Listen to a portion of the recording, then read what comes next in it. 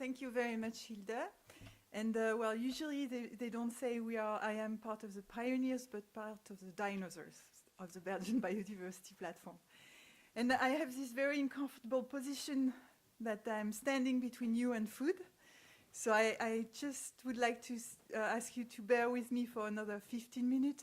Maybe take a deep breath and straighten up a little bit in your seat so we can have a last presentation on something that's actually, for me, very interesting topic. I'm going to introduce you to biodiversity knowledge.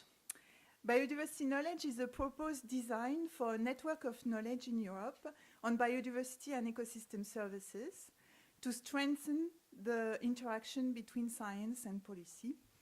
And it was developed and it is disseminated by a European-funded project called CNE, a coordination action that lasted for 4 years and just finished in April. So we are in the further reaching out of the project. I'm going to start by giving you a little bit of background and history. And I'm taking you back again to the IPBES consultation in 2006 and the start of thinking about what in Europe do we have, and the constate that we have a lot of things already happening, a lot of initiatives.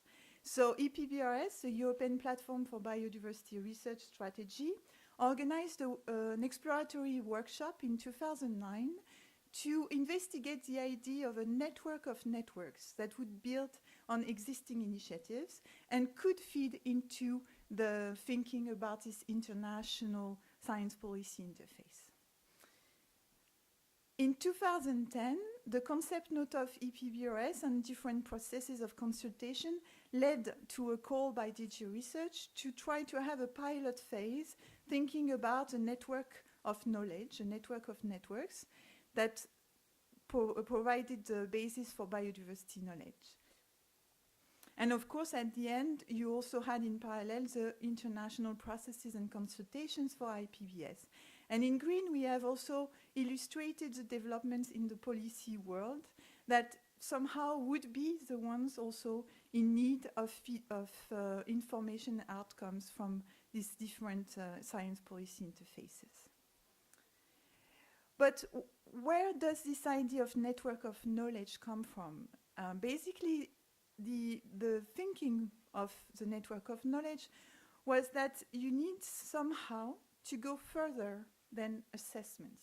You need to engage in dialogues, in inclusiveness and networking for having this larger involvement of different knowledge holders.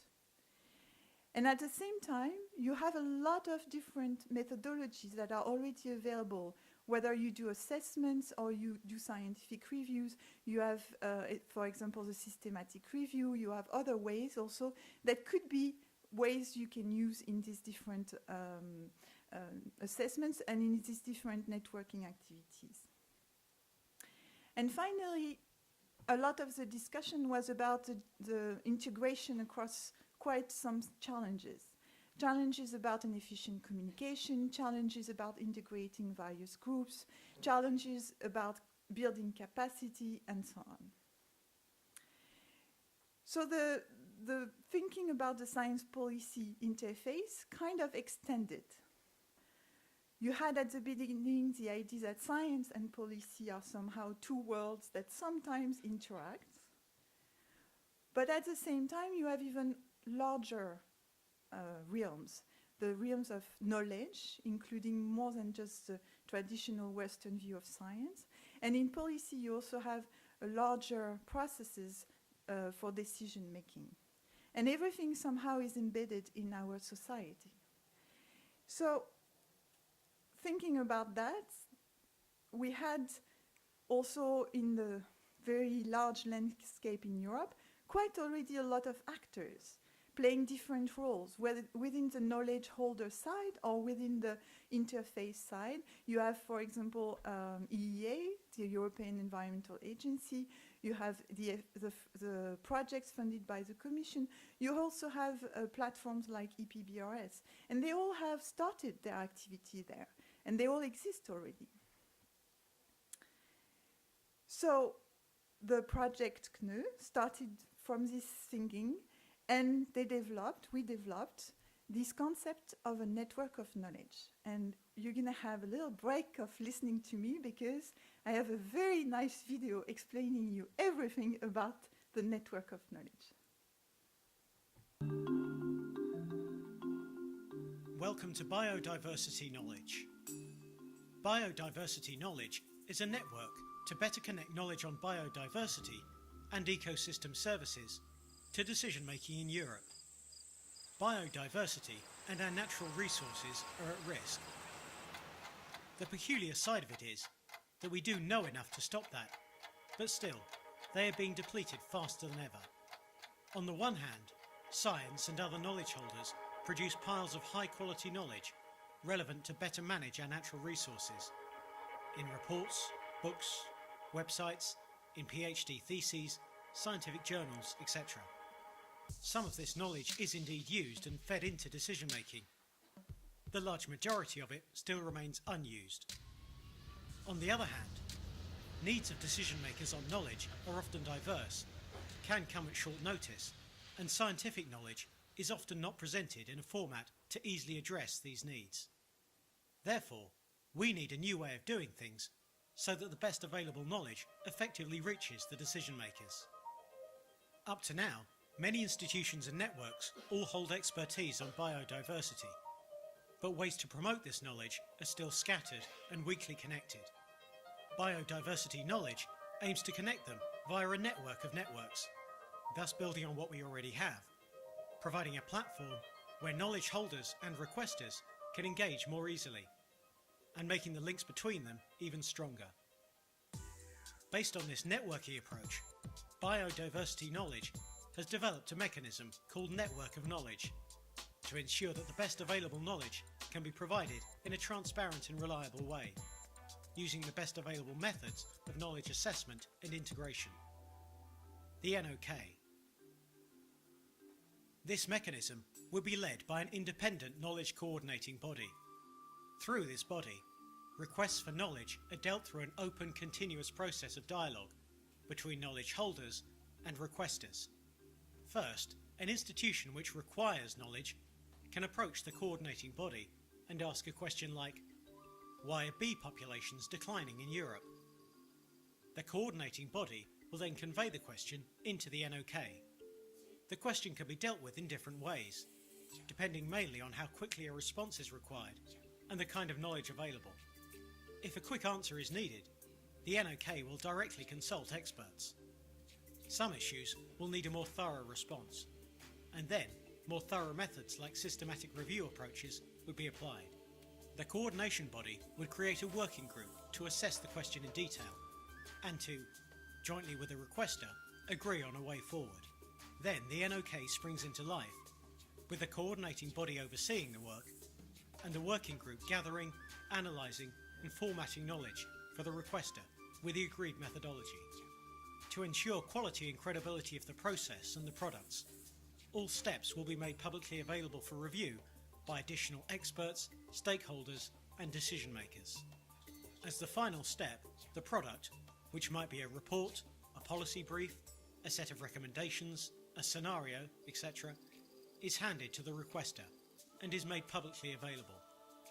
All contributors will be widely acknowledged and can benefit from their work in several ways, such as publications in scientific journals and collaborations with new colleagues from different groups in society.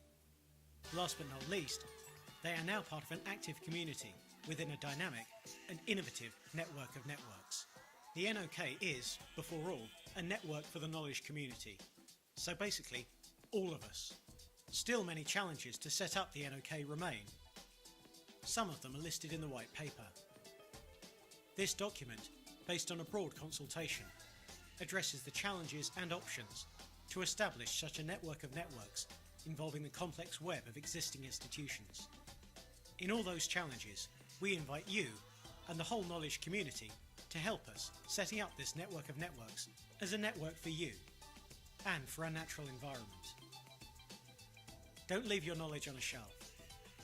So get involved and make a difference for research, for decision making, for biodiversity.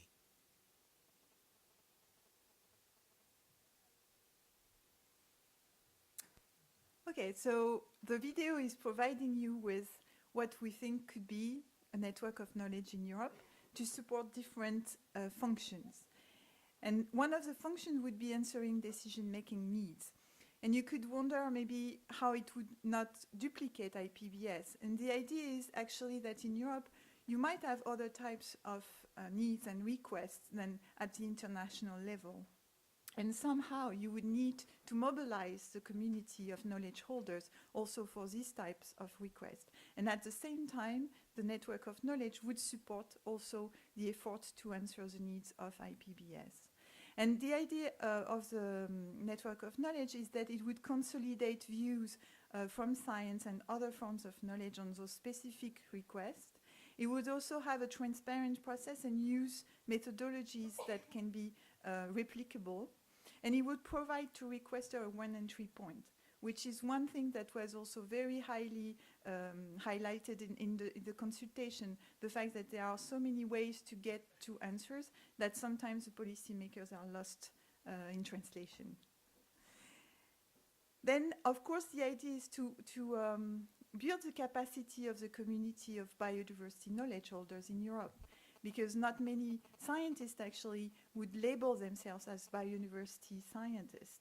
There are sometimes more ecologists, there are taxonomists, there are social scientists working on the transition, for example. I mean, they have different labels, and at the same time, they belong to this biodiversity community. So the networking and the capacity building would be a very important function that would also support the efforts towards IPBES at international level. And finally, there is a function that is currently performed by the IPBES, the European Platform for Biodiversity Strategy, which is the identification of research strategies and research needs for the future. And this could be embedded as well in this network of knowledge, benefiting from the networking function and also interacting with the needs for answering decision-making. So the knowledge gaps that are identified when processing the request would feed into a loop of consultation with the scientists to identify how we could fund this research that's needed.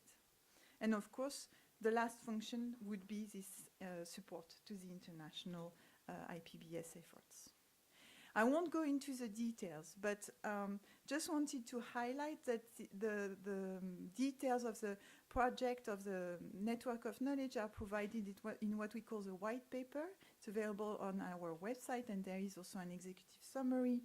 And it's highlighting the different functions, how they would be performed, and it's also explaining how you have different pathways through this prototype network of knowledge, and how the request would be going through different phases of scoping, dialogue, and different entry points in the prototype.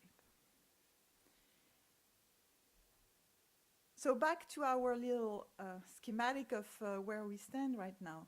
The idea is really for this network of knowledge to provide the organization, the operationalization within the knowledge side of this science policy society interface in order to strengthen and widen the evidence base for policy. So there is still also on this policy side some activities and efforts to be made so that there is also some integration at this level. And that's the end of the presentation. I'm providing some information on the consortium of the CNE project that developed biodiversity knowledge design. And of course, we are right now at the end of the project, so this is a transition phase where we are engaging with potential actors such as the different networks in Europe to keep the momentum, and within a couple of years to be able to operationalize this network of knowledge for biodiversity and ecosystem services. And I thank you for your attention, and I can take questions if you have still a little bit of energy before